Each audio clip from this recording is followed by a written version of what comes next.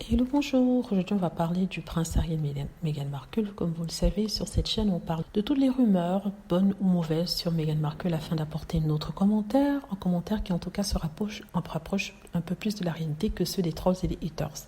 Alors, tout ce que je peux dire ici, c'est que Harry et Meghan avaient raison. Si vous vous souvenez, dans le documentaire, il y a une partie qui parle du prince William et d'un de ses collaborateurs. Il s'agit de Jason Knopf. Et dans ce documentaire-là, il a été dit que Jason Knopf s'était proposé de témoigner contre Meghan Markle, même si son témoignage n'était pas requis. Donc, il est allé voir la partie adverse. C'était dans le cadre du procès de Meghan Markle contre le Daily Mail. Et il leur avait donné des papiers pour nuire à Meghan. Il savait que Meghan allait gagner, mais tout ça, c'était pour mettre sur la place publique certaines choses, certains textes, messages que Meghan Markle avait envoyé à ce monsieur lorsqu'il communiquait sur les différents événements dans la famille royale, notamment l'apparition du livre de Omid Scobie. Donc, généralement, lorsque les journalistes approchent la famille royale, ils passent par le service de communication du prince et la princesse, ça ne va pas directement chez Meghan et Harry. Donc, ce qui se passe, c'est qu'ils présentent leur projet et c'est à l'équipe de déterminer si ça va avec les principes de la famille royale et de proposer ça à Harry et Meghan. N'est-ce pas? Ça a été le cas ici. Ils ont contacté directement Jason Knopf, Omid Scobie qui a contacté Jason Knopf et Jason Knopf a contacté Harry et Meghan pour leur montrer la proposition d'Omid Scobie. Par exemple, ils lisent le livre, ils ont droit de réponse.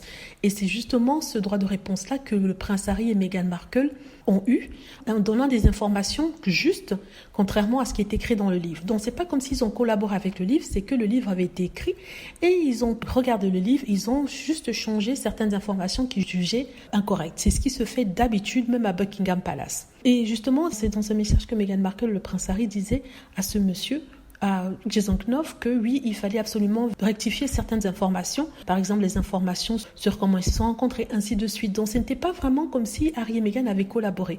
Alors ce que Jason Knopf a fait, il a pris ces messages-là, il n'a pas montré le début de la conversation, il a juste sorti les messages dans lesquels Harry et Meghan disaient qu'il fallait rectifier certaines choses, et il a sorti ça au grand public pour que le public dise que Meghan Markle avait menti, qu'elle n'avait pas collaboré avec le journaliste Omid Scobie pour l'écriture de ce livre-là. En fait, ils n'ont pas menti, ils n'ont pas collaboré, ils ont juste utilisé leur droit de réponse, c'est-à-dire que le droit de donner leur version des faits si ce qui a été écrit dans le livre n'était pas correct. Ils l'ont fait sur certaines parties. Donc, pour vous montrer la mauvaise foi de ce monsieur à qui on n'avait rien demandé, qui, comme c'est précisé par l'avocat de Meghan Markle, s'est proposé à aller témoigner avec l'accord du prince William, le frère de Harry, vous vous rendez compte?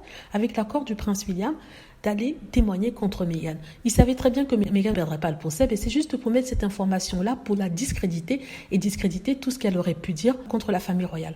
Voilà. Dites-moi ce que vous en pensez. J'espère que vous avez aimé la vidéo. N'hésitez pas à cliquer sur like si c'est le cas, à vous abonner pour plus de vidéos et à cliquer sur la petite cloche afin d'être averti lorsque je poste une nouvelle vidéo. Merci.